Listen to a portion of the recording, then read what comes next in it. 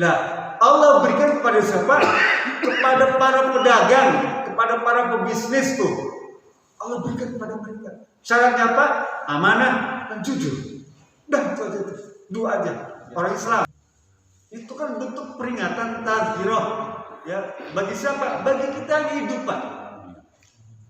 Kalau sudah meninggalkan gak ngerti apa-apa dia. Selesai kan? Biar dikubur dibakar juga dia gak akan ngapa-ngapain. Udah selesai. Hadis tadi itu peringatan buat kita. Orang ambil beras itu aja hukumannya kayak gitu, ular yang menakutkan gitu. Bayangkan kalau kita misalnya ngambil jatah raskin yang 300.000 jadi 180.000. Wah, itu kayak apa itu kemarin? Ya, itu kan cuma beras gitu ya. Sekarang kalau yang 300.000 jatah orang miskin itu diambil jadi 180.000 rupiah, ya Indomie jadi sahimi. Woi, apa jujur nih ya? Itu gede, saya ngebayangkan hukuman apa yang akan Allah timpakan. Ya. Dan tidak sendiri kan itu persoalannya. Tidak sendiri, itu satu kantor, satu departemen dari mulai pusat sampai kabupaten itu. Ya, Bapak bisa bayangkan itu. Assalamualaikum warahmatullahi wabarakatuh. Bismillah, alhamdulillah, wassalatu ala rasulillah, wala hawla wala quwwata illa billah. Yang terhormat Ketua DKM Masjid Muhajirin serta jajarannya, yang terhormat Ketua RW 13 serta jajarannya, kita hormati guru kita Ustaz Terandas Haji Ibu Zakaria yang dirahmati Allah Subhanahu wa taala, para sejawat, rekan-rekan jamaah Masjid Muhajirin yang dirahmati Allah Subhanahu wa taala sekalian. Pagi ini saya akan mengutip sebuah hadis tentang bisnis.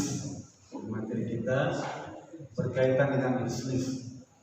Oleh itu, saya akan ambil sebuah hadis yang diriwayatkan oleh Samurah bin Jundub, atau kadang-kadang dibaca Samurah bin Jundab. Kata beliau, suatu kali dalam sebuah majelis kajian, lalu Rasul berkata, hahuna ahadun min bani fulan lam yujib ahadun. Summa qala hahuna ahadun min bani fulan falam yujib ahadun. Summa qala hahuna ahadun min bani fulan. Qama rajul, ana ya Rasulullah. Qala Nabi sallallahu alaihi wasallam, mana'aka an tu'jibuni marratainil ulayalain, amma inni unawwihu illa khairan, anna sahibakum mu'assiran biddain, falaqad ra'aituhu addalau anhu hatta ma baqiya ahadun adda'an yaqlubu fiddain, atau kama qala hadis sahih riwayat Imam An-Nasai. Kata Samurah bin Jundub, dalam pengajian itu Rasul bertanya kepada para sahabat, adakah di antara kalian yang kenal dengan si fulan ini? Gak ada satupun yang menjawab. Diulang lagi, rekan-rekan, para sahabat, ada nggak yang kenal dengan si fulan? Gak ada yang jawab, semua diam. Diamnya itu karena saking hormatnya, ya, saking segen sama Rasul, jadi semua diam. Sampai 3 kali Rasul ngomong lagi, siapa di antara kalian yang kenal si fulan? Kan sudah 3 kali ada seorang laki-laki, saya Rasulullah, saya kenal dengan dia. Lalu Rasul tanya, kenapa kamu tidak menjawab pertanyaan saya, ya, 2 kali yang pertama tuh? Marotai ulaya itu 2 kali yang pertama, kamu kenapa diam aja? Bukankah setiap saya ngomong nih, Rasul bilang, kata Rasul, nggak ada yang jelek, pasti kalau saya ngomong itu sesuatu yang baik dan bermanfaat.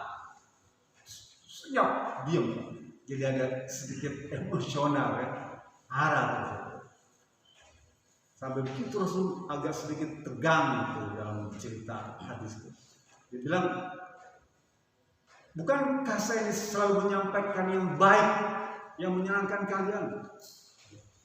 Sesungguhnya sahabat kamu tuh, teman kamu, saudara kamu tuh sedang mengalami kesulitan. Dia terhalang karena hutangnya tuh. Udah meninggal orangnya, ditanya tuh. Dia menghadapi kesulitan yang hebat karena gara-gara utang dia. Kemudian kata Samurah, setelah itu anak laki-laki tadi berusaha mencari orang yang punya utang nih Pak. Siapa kira-kira di kampung ini yang punya utang dengan saudara ini? Dan segera dilunasi sampai gak ada satupun warga kampung itu yang menagih pada keluarganya. Hadis ini menjadi pelajaran penting bagi kita, terutama bagi mereka-mereka yang terjun di dalam dunia bisnis. Memang dunia bisnis menarik, Pak. Kata para ulama, dari 100 pintu rizki, 100 pintu rizki yang Allah turunkan itu, 99-nya diturunkan melalui pintu bisnis. Saking hebatnya, menariknya bisnis, karena memang 99% rizki itu diturunkan melalui pintu bisnis, sehingga godaan juga berat dalam kehidupan sehari-hari, Pak. Bisnis sudah menjadi hiruk pikuk kehidupan di masyarakat. Dia itu sudah menjadi perkara yang lazim, termasuk di dalam pernik-pernik dalam bisnis itu. Apa diantaranya? Utang piutang. Utang piutang itu kan menjadi bumbu bisnis. Dia menjadi perkara yang lazim dalam kehidupan usaha. Tetapi manakala ada ketimpangan atau persoalan di antara dua pihak atau salah satunya, maka perkara bisnis yang lazim tadi berubah menjadi perkara yang zalim. Oleh karena itu Islam ini mengajarkan kepada kita semua, membimbing kita kepada semua, karena ini ajaran yang agung, Pak, Islam. Gak mungkin perkara bisnis itu yang pintu rizki 99% itu tidak Allah atur tata caranya. Allah atur. Jadi Bapak buka dalam surat An-Nisa ayat 19. Ya ayyuhalladzina amanu la ta'kulu amwalakum bainakum bil batil illa an takuna tijaratan minkum. Wahai orang beriman, janganlah kalian memakan rezeki harta yang kalian makan untuk diri kalian, keluarga, masyarakat dengan cara yang batil. Kecuali antakuna tijaratan, kecuali kalian dapatkan melalui bisnis, melalui perdagangan, melalui jual beli. Itu pun jual beli yang ada unsur keridhaan. Nah, perkara keridhaan ini yang jadi topik bahasan panjang. Kembali ke hadis kita tadi. Hadis tadi bercerita tentang bolehnya ahli waris melunasi hutang orang tuanya, kakek neneknya, famili dan kerabatnya, saudara dan sahabatnya, harapan memberikan keringanan kepada orang yang sudah meninggal. Bahkan suatu kali Rasulullah SAW ini diceritakan oleh Anas bin Malik. Kata Anas bin Malik, hadisnya panjang, saya terjemahkan aja. Suatu kali Rasul di depan masjid nih, ada rombongan bawa jenazah, datang bawa jenazah, mau ditaruh ke masjid tuh. Rasul tanya dulu, ini jenazah punya harta nggak? Kata sahabatnya, nggak punya Rasulullah, ini orang miskin. Punya utang nggak? Nggak punya Rasulullah. Kata keluarganya, ya sudah, sholatkan. Dan selesai, datang lagi rombongan jenazah lagi. Nih, kalau kita di Masjidil Haram kan Pak ya, satu hari itu rombongan jenazah itu banyak Pak. Bisa 10 sekali datang tuh rombongan jenazah. Setiap sholat itu, ya.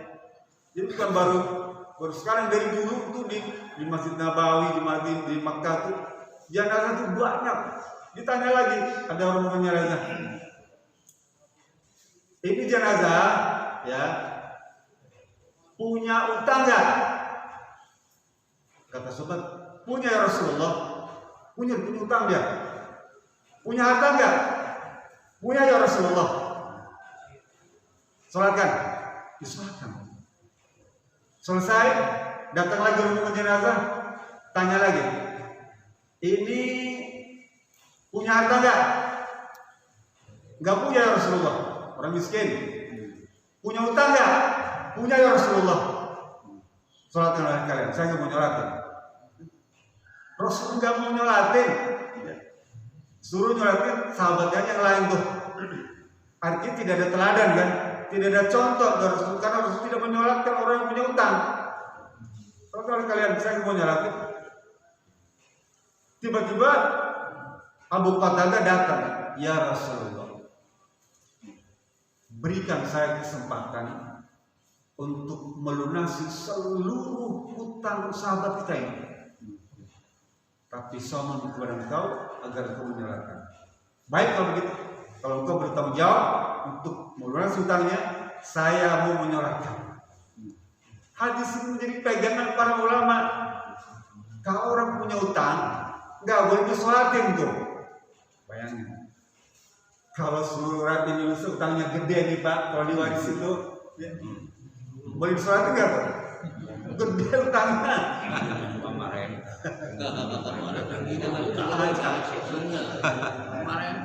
Jadi bis, contohkan. Iya. Jadi perkara bisnis yang melibatkan utang piutang ini masalah besar.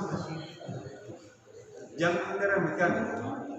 Suatu kali kata Abu Qatadah dalam hadis yang dikatakan oleh beliau sendiri, dia bilang gini, Anna Abu Qatadah talaba ghariman lahu. Gharim itu orang punya utang. Jadi wa yatawaru anhu wajadahu. Abu Qatadah orang yang suka minjemin duit tuh ceritanya. Suatu kali mungkin dia pengen nagih Pak. Ditagih ke rumahnya nggak ada. Waduh, tanya bini mana suami kamu? Nggak ada, pergi dari pagi, cari lagi ke sawah, nggak ada, ke kebun nggak ada, di pasar nggak ada, ngumpet ternyata. Hadis tadi cerita kalau yang si fulan itu punya itu ngumpet Pak di rumahnya itu, nggak mau keluar, ngumpet. Waya tawar itu artinya ngumpet. Dari kejaran tuh, kayak kita lah kalau punya utang sama daftar kan dengan suara motor gelper tuh kencang, ini nggak salah nih kan, dia kolektor kan, buka jendela jaketnya hitam, oh iya ngumpet. Kemudian kata buku kata wajadahu anhu, dapat Pak, pegang sama tuh, pegang, kamu mana aja gitu ya. Dari dia punya utang nggak pernah muncul. Emang karakter orang punya utang begitu Pak, umum di mana-mana, bahkan para ulama sudah merinci dalam hadis itu.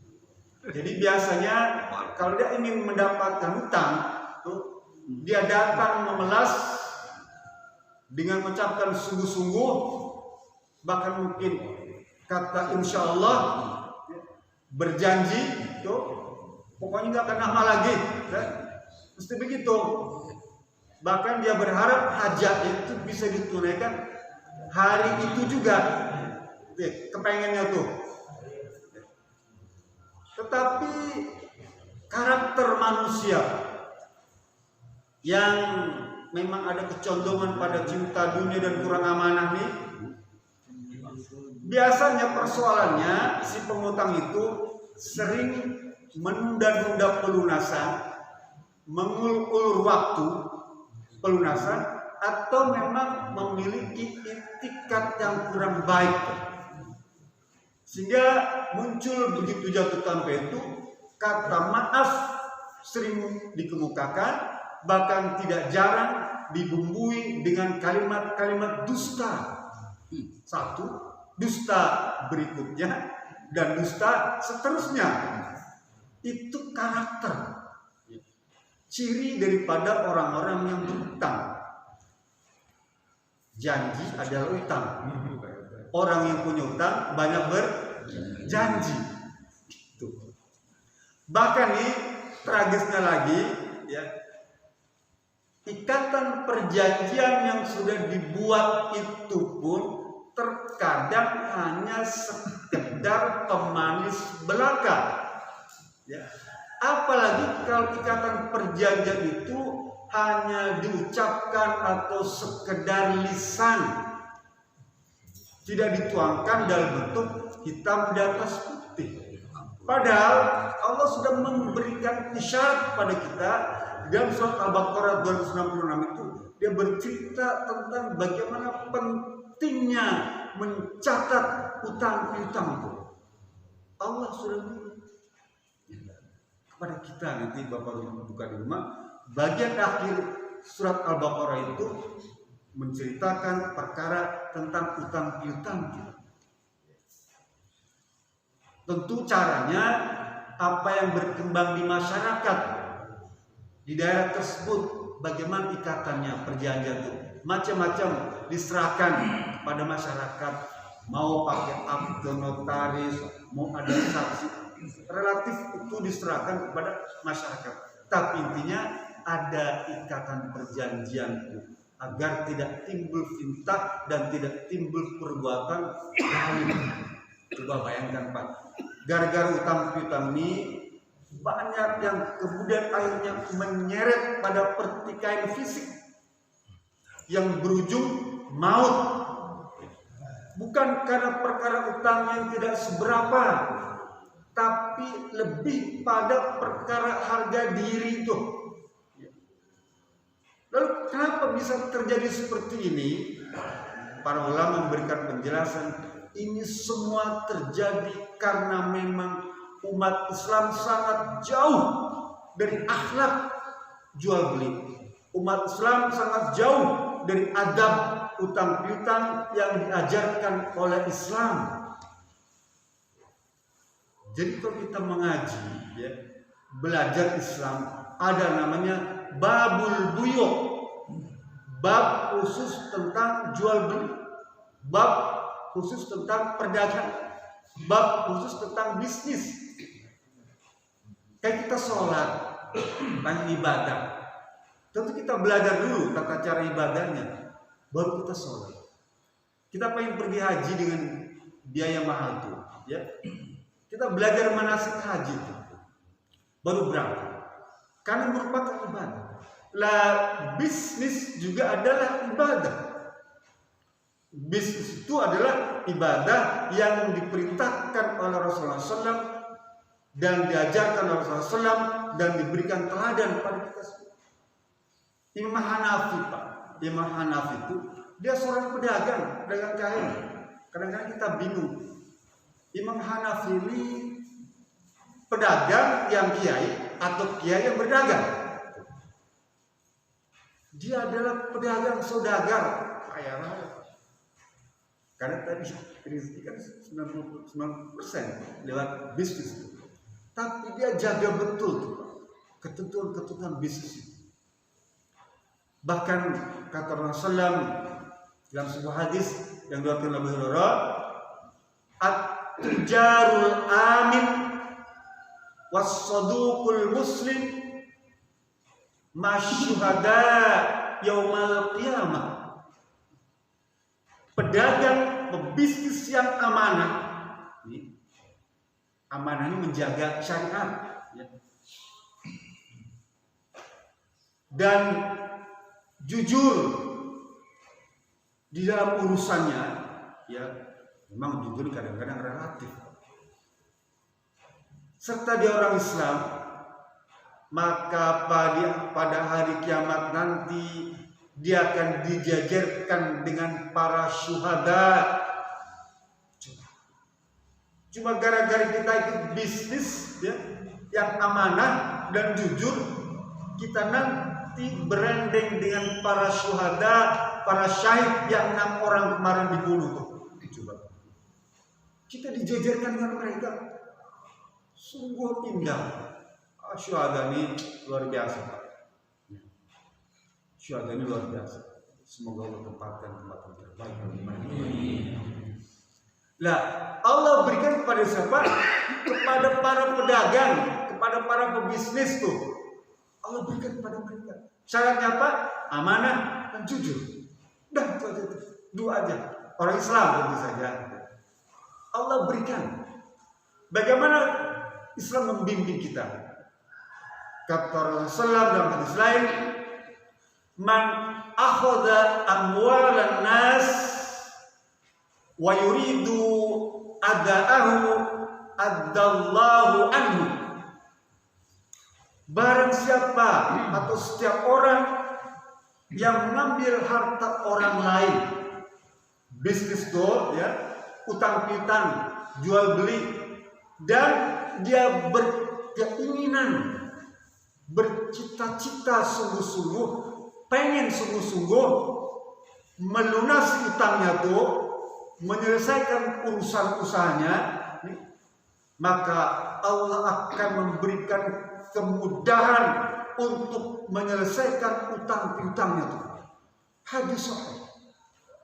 Tapi sebaliknya, kata Rasulullah, man akhadha amwalan nas wa yuridu itlaqaha atlaqahu Allahu anhu. Barang siapa yang mengambil harta orang lain, utang piutang, bisnis, dagang, ya, dengan niatan untuk menghancurkan pesaing tuh, ya, menjatuhkan pesaing, merendahkan konkuren, kompetitor, maka Allah akan hancurkan dia sehancur-hancurnya. Nih, kadang-kadang bisnis di pasar nih, Pak. Kita sama-sama jualan beras, dan beras dari pabrik yang sama, harga juga sama, gitu kan? Coba dibaringkan begitu, Pak, ya. Atau jualan komputer lah, jualan HP kan sama, satu tulas tuh HP semua, kan? Ya, semua. Tapi heran, kok sebelah ini, sebelah kanan saya, Pak, pembeli antri pembeli itu barang sama, harga sama. Bingung saya, dia bilang, apa dia miara tuyul? Kadang-kadang udah muncul kan tuh, ya. Dia nggak masang cabai digantung, nggak ada air aqua di botol digantung, nggak juga. Di samping nggak ada menyan. Di warung kita juga nggak ada kayak semacam menyan, benda-benda keramat, nggak ada. Tapi kenapa dia lakukan? Saya enggak. Kan muncul tuh buruk sangka, dan itu biasa dalam perdagangan, Pak. Tanya pedagang lah, pedagang rumah makan tuh sama begitu tuh, muncul. Sampai kemudian ada keinginan, ya moga-moga dengan situ tuh dagangannya bau busuk gitulah. Kadang-kadang suka disengin, Pak, ya, makanan itu basi gitu, macam-macam lah, ya, untuk menjatuhkan tuh. Itu muncul, Pak. Pada hasad. Karena hasad itu memang fitrahnya manusia, ya. Nanti kita bahas tentang hasad. Pada setiap manusia ada sifat hasad. iri, cemburu tuh ada. Lah ini yang dilarang oleh Allah Subhanahu wa taala bagi para pedagang. Karena kata sebelah wa yuridu itlaqaha atlaqahullah. Jika kamu mencari cara tuh ya, cara untuk menjatuhkan kompetitor, menjatuhkan pesaing tuh, maka Allah yang akan menjatuhkannya. Dari segi barangnya, dari segi harganya, dari segi kualitasnya, bahkan kadang-kadang Allah turunkan ketika di dunia tuh. Syekh Abdul Hamid bin Mahmud Al-Maghali, ini saya sering sampaikan cerita ini. Ya, dia pulang haji nih. Ibadah haji kan Pak, ibadah hebat ya. Semua dosa diampuni itu. Pulang haji nih, selesai haji di daerah Zatus Sifat. Hadisnya hadis maquf ya oleh Ibnu Abbas diceritakan. Pulang dari haji, begitu di daerah Zatus Sifat meninggal. Pikiran kita kan syahid ya. Hebat pulang haji meninggal. Sudah baik sangka. Di kuburan daerah sana. Waktu digali Pak kuburan itu, ya para sahabat kaget. Entah dari mana ular gede. Ular itu bukan segede pahan gede. Takut Pak jangan kita. Orang Arab aja takut dengan ular gede itu. Takut. Selesai digali itu ular di pojok. Waduh dibilang kagak beda ular gimana Pak? Gali lagi sebelah sana. Gali lagi. Selesai digali itu beres. Ya. Ular lagi datang lagi. Gak tau dari mana tiba-tiba udah ada ular, dikira ular mati, hidup, gerak-gerak, bolak-balik jalan. Takut orang Arab yang barang gede itu takut itu sama ular. Ya. Gali lagi penasaran, tadi ke barat, sekarang ke timur, kanan ke utara. Nah, coba gali lagi, digali lagi, ular lagi Pak. Ini sahabat bingung semua Pak. Ini kelas sahabat Pak. Bukan kita yang katakan nggak ngerti bahasa Arab, kita kan nggak ngerti bahasa Arab ya, nggak tahu hadis kita makanya. Orang Arab pinter bahasa Arab kan gitu ya. Quran nggak perlu pakai terjemahan ya. Kita nggak perlu pakai apa tajwid nggak perlu, dia mau langsung aja. Tapi tetap begitu ngeliat kuburan ada ular gede, nggak berani ya. Datang ke Ibnu Abbas, ya Abbas, gitu. Nih kita punya masalah gimana? Kemudian juga bareng-bareng pergi haji juga. Kan dianggap sahabat Nabi yang paling dekat. Ibnu Abbas itu paman Nabi Muhammad SAW. Gimana? Diceritakan. Ya sudah. Kata Ibnu Abbas, dimanapun kuburan kalian gali, maka pasti kalian akan dapatkan ular yang besar. Sekarang kubur bersama ular itu. Dikubur Pak. Jenazah tadi itu dengan ular tentu tidak turun kan, mungkin dikerek gitu ya, mungkin salah satu turun kakinya baru kepalanya digejolugin, pokoknya nggak bersentuh dengan ular lah, kan takut juga ada kan ngubur turun ke bawah, dulu selesai pulang ke rumah ke Madinah, tanya sama istrinya, singkat cerita ditanya, Bu, apa sih pekerjaan suami ibu itu? Dia bilang biasa aja kerjanya nggak banyak. Aneh-aneh macam-macam aja, dia pergi ke pasar, dia pulang ke rumah. Jualan apa emang? Suami saya itu jualan gandum, beras, kalau kita ya. Kira-kira ibu tahu nggak kebiasaan suami ibu itu ya kalau di pasar? Apa yang dia bilang? Paling kalau yang saya sering lihat sih, dia suka ngambil itu nyosrok tuh apa? Beras atau karung tuh kan juga disosrok tuh dikeluarin sebagian tuh ya. Buat contoh, sampel gitu ya. Paling suka begitu, ngambil itu, taruh, kumpulin gitu ya. Terus kan pasti beratnya berkurang, ya. Karena disosrok, beratnya pasti berkurang. Lah suami saya itu untuk menambah beratnya lagi itu dimasukkan daun-daun gandum, batang-batang gandum. Jadi beratnya tetap, paham ya? Jadi diisi daun gandum atau batang gandum tuh supaya beratnya tetap karena sudah disosrok. Bayangkan Pak, ngambil cuma sekedar sosrokan itu paling berapa gram ya? Taruh paling gede seliter lah, paling gede itu udah hebat. Banyak kan kalau seliter mah menyolok ya, atau sekilo menyolok sekali, mungkin 2 3 ons gitu ya, masih bisa lah. Itu saja Allah tunjukkan hukumannya ular itu. Ya.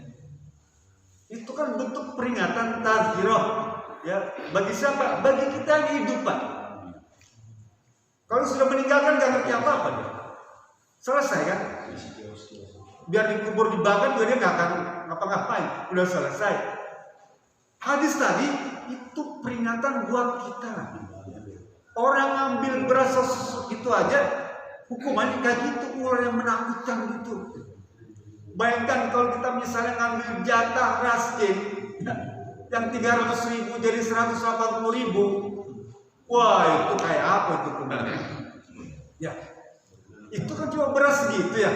Sekarang kalau yang 300.000 jatah orang miskin itu diambil dari 180.000 rupiah, ya Indomie jadi sahimi. Woi, apa jujur nih ya? Itu gede. Saya ngebayangkan hukuman apa yang akan Allah timpakan. Ya. Dan tidak sendiri kan itu persoalannya. Tidak sendiri, itu satu kantor, satu departemen dari mulai pusat sampai kabupaten itu, ya. Bapak bisa bayangkan itu. Bahkan termasuk keluarganya. Wah, saya nggak ngebayang, Pak. Itu baru sisi itu saja tuh. Belum yang lain, Pak. Oleh karena itu ulama nih memberikan catatan dan bilang hati-hati. Bagi para pedagang ada 6 perkara. Cepat aja nih. 1 riba, 2 suap, 3 menipu harga, yang 4 merubah timbangan otak karang, yang kelima sumpah palsu, dan yang keenam menunda hak orang lain tuh.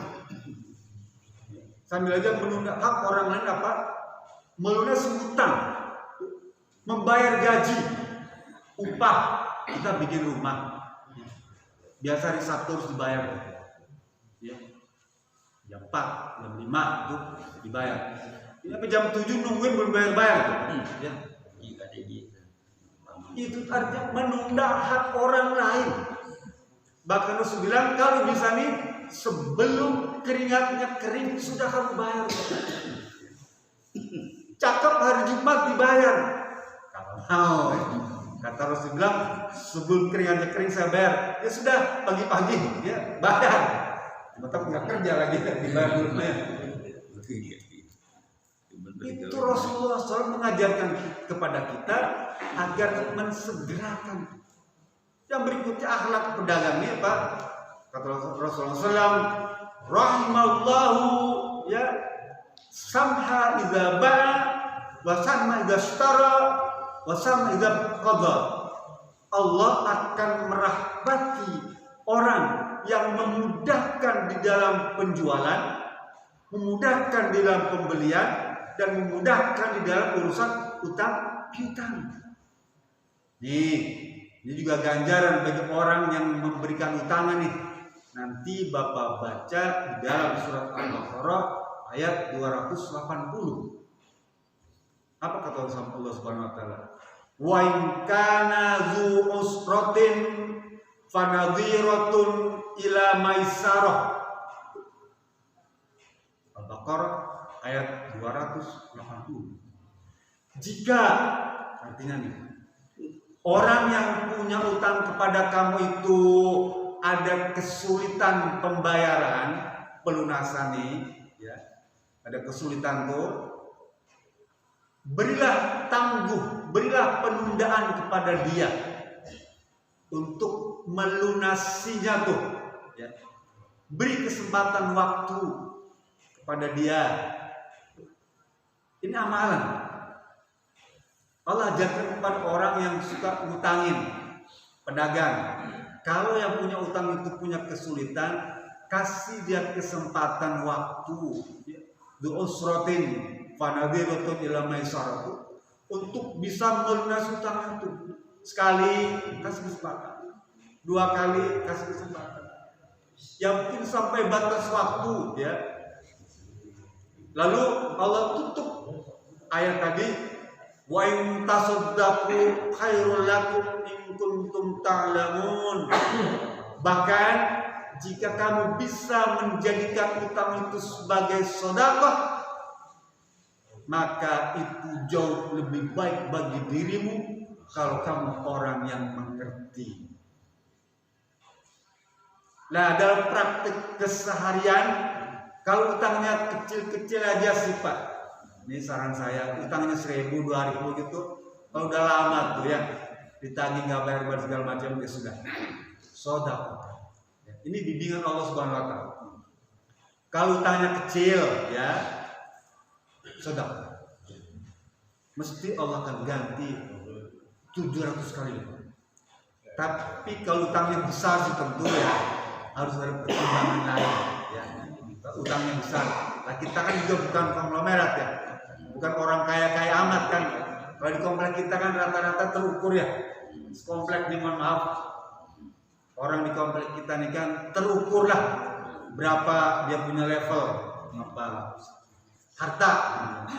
Jadi kalau kita masih punya tagihan tuh ya, kalau membebaskan rasanya berat ya. Ya, soalnya sekian 10 juta itu kan rasanya berat. Ya sudah, mungkin penundaan saja, tetap ditagih. Dulu Abu Qatadah sahabat menagih itu yang tadi kita ngumpat itu, ada hadisnya panjang lanjutannya. Begitu ketangkap, ya, mana utang saya? Dia cerita, ya Abu Qatadah, ini mu'sirun, sungguh saya lagi mendapatkan kesulitan ya Abu Qatadah. Ya, saya lagi dapat musibah. Kemudian Abu Qatadah tanya, bener nih, demi Allah kamu dapat kesulitan? Sampai begitu Pak. Hadisnya cerita ditanya tuh, kamu bener nih, demi Allah kamu dapat kesusahan, demi Allah dapat musibah. Iya Abu Qatadah, demi Allah saya bersumpah, sampai sumpah Pak yang punya utang. Sumpah Abu Qatadah, saya ada musibah, saya dapat kesulitan, ya, saya dapat kesusahan demi Allah. Lalu kata Abu Qatadah ngomong, sesungguhnya aku mendengar Rasul pernah berkata, barang siapa yang memberi kemudahan kepada orang yang punya utang, nih, bahkan membebaskan, kata Rasulullah, maka falinafis anhu min kurabi yaumal qiyamah, maka dia akan mendapatkan kemudahan, keringanan, ya, pada hari kiamat nanti. Ya, kembali lagi, jadi mari kita nih yang memang terjun di bisnis atau yang punya utang piutang, ya, sekali merupakan ibadah, ya, yang bisa mengantarkan pada kebersihan harta yang kita miliki dan kesucian hati kita dari perkara-perkara syahwat dan kebersihan harta dari perkara-perkara syubhat. Itu kita cari Pak. Harta baik, hati baik. Caranya apa? Ikuti tuntunan Rasulullah SAW berupa apa? Akhlak, adab, jual beli, akhlak bisnis. Di mana? Ada di Quran, ada di hadis. Tinggal mau belajar. Itulah yang diajarkan Islam kepada kita semua. Mudah-mudahan ilmu ini bisa kita mudah pahami dan kita bisa renungkan dalam-dalam, ya, kita bisa pikirkan, kita bisa hayati dan kita bisa amalkan. Fattaqullaha mastata'tum walafu minkum billahi fi sabilil haq. Assalamualaikum warahmatullahi wabarakatuh.